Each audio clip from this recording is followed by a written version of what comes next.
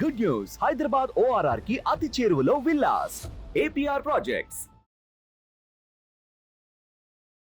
Sir నమస్తే sir Giribabu గారు. నమస్తే అండి. సార్ గిరిబాబు గారు, మన ఈ మధ్య రీసెంట్గా పిఆర్ సుందర్ పైన చాలా పెద్ద ఎత్తున వార్తలు వచ్చాయి. పిఆర్ సుందర్ పైన సెబీ కొరడా జులిపించబోతోంది, ఆయనకి పెద్ద ఎత్తున ఫైన్ అమౌంట్ వేస్తున్నట్టు రకరకాల వార్తా కథనాలు వచ్చాయి కదా. ఏంటి అసలు ఏం జరిగింది అసలు? మంచి క్వశ్చన్ అడిగారండి. ఎందుకంటే మీరు యూట్యూబ్లో స్టాక్ మార్కెట్ గురించి చూసే వాళ్ళ ఎవరికైనా తెలుస్తుంది పిఆర్ సుందర్ గురించి. PR Sundar is the biggest influencer in stock market industry. Financial influencer అంటున్నారు. ఇన్ఫ్లుయెన్సర్ అయితే ఏంటంటే దాదాపుగా స్టాక్ మార్కెట్లో డబ్బులు సంపాదించడం జస్ట్ లైక్ దట్, చాలా ఈజీ అన్నట్టుగా చెప్తూ ఉంటాడు. మీరు ఆయన వీడియోస్ చూడండి, ప్రతి వీడియోలో కూడా ఆప్షన్స్ సెల్లింగ్, ఆప్షన్ బయింగ్ గురించి మాట్లాడుతూ ఉంటాడు. ఆప్షన్స్ అంటే ఏంటి? ఇట్స్ ఏ F&Oలో ఒక భాగం అది. ఫ్యూచర్స్ అండ్ ఆప్షన్స్లో futures need more money as a margin money. ఆప్షన్స్కి తక్కువ డబ్బులు అవుతాయి. ఆప్షన్స్లో ఏంటంటే ఆప్షన్ బై, ఆప్షన్ సెల్. ఈ ఆప్షన్ బై, ఆప్షన్ సెల్ చేసినప్పుడు మీకు లాస్ అనేది మినిమైజ్ అవుతుంది, అంతమించి కాదు. లాస్ మినిమైజ్ అయినప్పుడు ప్రాఫిట్ మ్యాక్సిమైజ్ అవుతుంది. ఇది ఆప్షన్ బయింగ్లో జరుగుతుంది, అంటే call option buying, put option బయింగ్లో. కానీ 99% పీపుల్ లూజ్ ద మనీ. ఎంత ఆ ప్రీమియం అయితే పే చేస్తారో ఆప్షన్కి, అది లూస్ అయిపోతూ ఉంటారు. మరి ఇలా కాకుండా మీరు గెయిన్ చేయాలి అంటే ఆప్షన్ సెల్లింగ్ అని ఇంకోటి ఉంటుంది.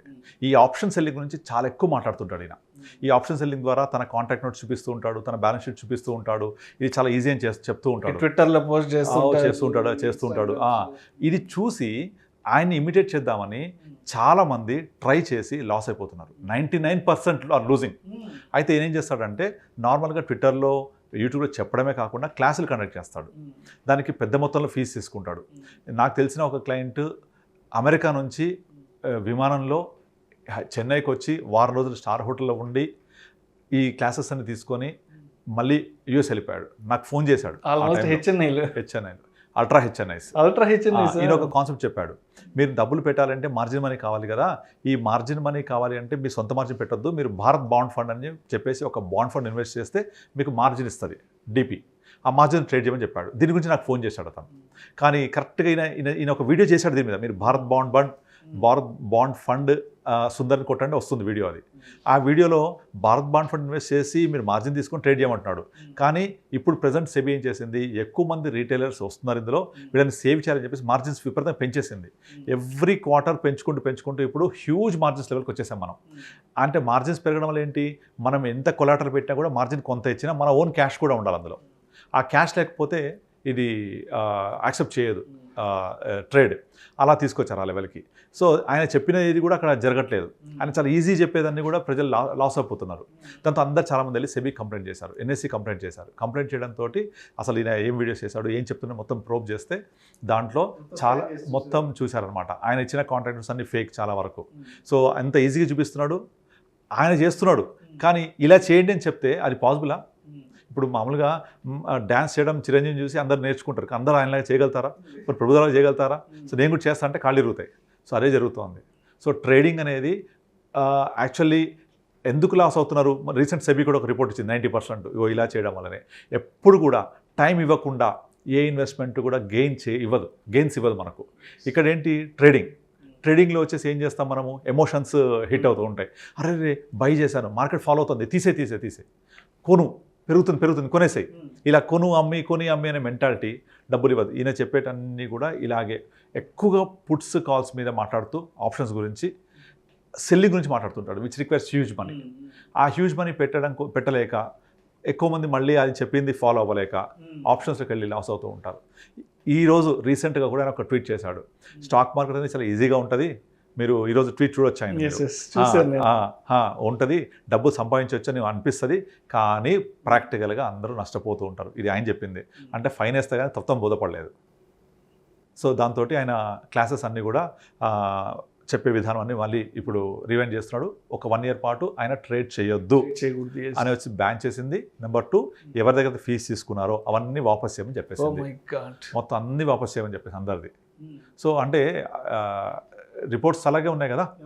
సో కనుక అందరూ కూడా ఒక ఇన్ఫ్లుయెన్సర్స్ వచ్చి వాళ్ళు చెప్పే ఇన్ఫ్లుయెన్స్కి మనము ప్రలోభపడకూడదు. లొంగిపోకూడదు.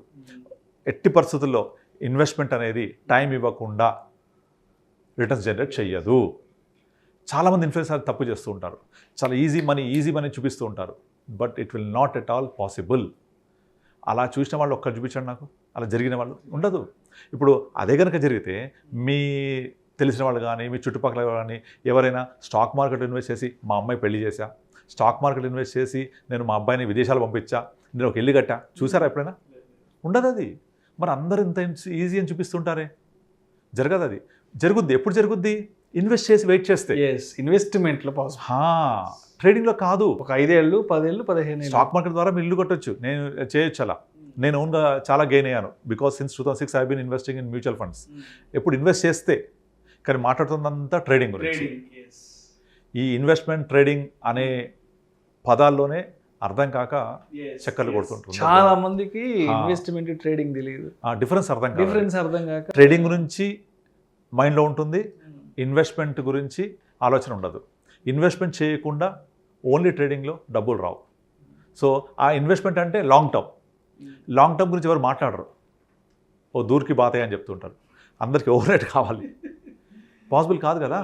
సో ట్రేడింగ్కి ఇన్వెస్ట్మెంట్కి డిఫరెన్స్ అర్థం చేసుకోవాలి. ఈయన కూడా ట్రేడింగ్ చెప్పి జనాల్ని మాయమాటలు చెప్పి, అంటే మాయమాటలు కాదు, తను ఈజీగా చెప్తుంటాడు, అది పాసిబుల్ కాదు. ఆయనకి పాసిబిలిటీ అయింది, అందరికి ఈజీగా పాసిబిలిటీ అవుతుందేమో.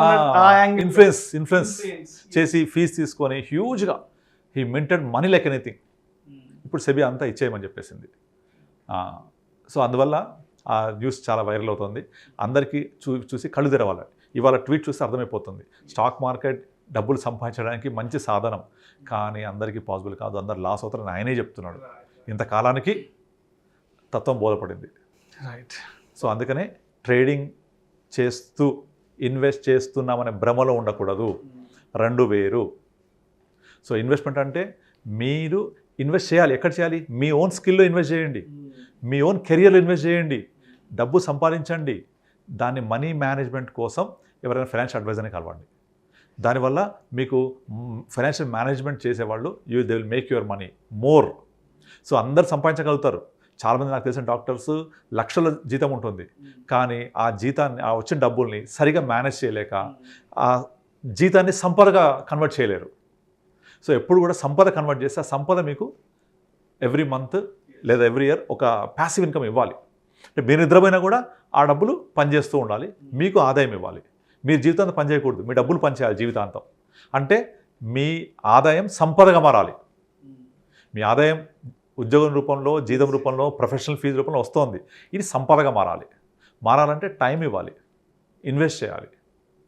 మీరు ల్యాండ్ తీసుకోండి, ల్యాండ్ ఇన్వెస్ట్ చేసి కూర్చుంటారు. కానీ స్టాక్ మార్కెట్ వచ్చేప్పటికి నో, టైం ఇవ్వనేను, ఓవర్ నైట్ రావాలి. ఎందుకంటే ఇన్ఫ్లుయెన్సర్స్ వల్ల, సుందరే కాదు చాలామంది ఉన్నారు. సో ఆ ఇన్ఫ్లుయెన్సర్స్ వల్ల ఈ ట్రేడింగ్, ఇన్వెస్ట్మెంట్ అనే రెండింటి మధ్య ఉండే సన్న గీతని అర్థం చేసుకోలేకపోతున్నారు. అర్థం చేసుకోలేక నేను ఇన్వెస్ట్ చేస్తున్నా అనుకొని ట్రేడ్ చేస్తూ ఉంటారు. నాతో మాట్లాడినప్పుడు నేను లాంగ్ టర్మ్ ట్రేడర్ 10 years ఉంటా అంటారు. కొంచెం మార్కెట్ వొలటాలిటీ అవ్వగానే లాంగ్ టర్మ్ ట్రేడర్ కాస్త షార్ట్ టర్మ్ ట్రేడర్ అయిపోతాడు, అగైన్ ట్రేడింగ్లోకి వచ్చేస్తారు. నో, మార్కెట్ యొక్క నేచరే ఒడిదుడుకులు ఉంటుంది. అది అలా ఒడిదుడుకులు ఎన్ని ఎక్కువ ఉంటే అంత ఎక్కువ డబ్బులు చేసుకోవచ్చు మనం, ఎప్పుడు ఇన్వెస్ట్ చేస్తూ ఉండడం వల్ల. SIP is the best classic example. More the volatility, higher the returns. Dip by dip, SIP by SIP, ప్రతి డిప్లో సిప్ చేస్తూ కంటిన్యూ చేస్తూ ఉంటే పడ్డప్పుడల్లా మళ్ళీ పెరుగుద్ది, పడుతుంది, మళ్ళీ over a period of time wealth create అవుతుంది. అందుకే SIP is the best Mantra. SIP, sleep in peace. కొత్త అర్థం. Right. Not only systematic investment, it's sleep in peace. హ్యాపీగా నిద్రపోవచ్చు. ప్రతి మనిషికి రెండే ఒక గోల్స్ ఉండాలి. హ్యాపీగా నిద్రపోవాలి, తింటే అరిగిపోవాలి. అరగడం కోసం నడవద్దు, ఇద్దరే అదృష్టవంతులు అంతే. నిద్రపడడం కోసం కష్టపడొద్దు. నిద్ర పట్టక ఆర్థిక సమస్యల గురించి మైండ్లో తిరుగుతూ, నిద్ర పట్టక ఇబ్బంది పడుతూ ఉండొద్దు.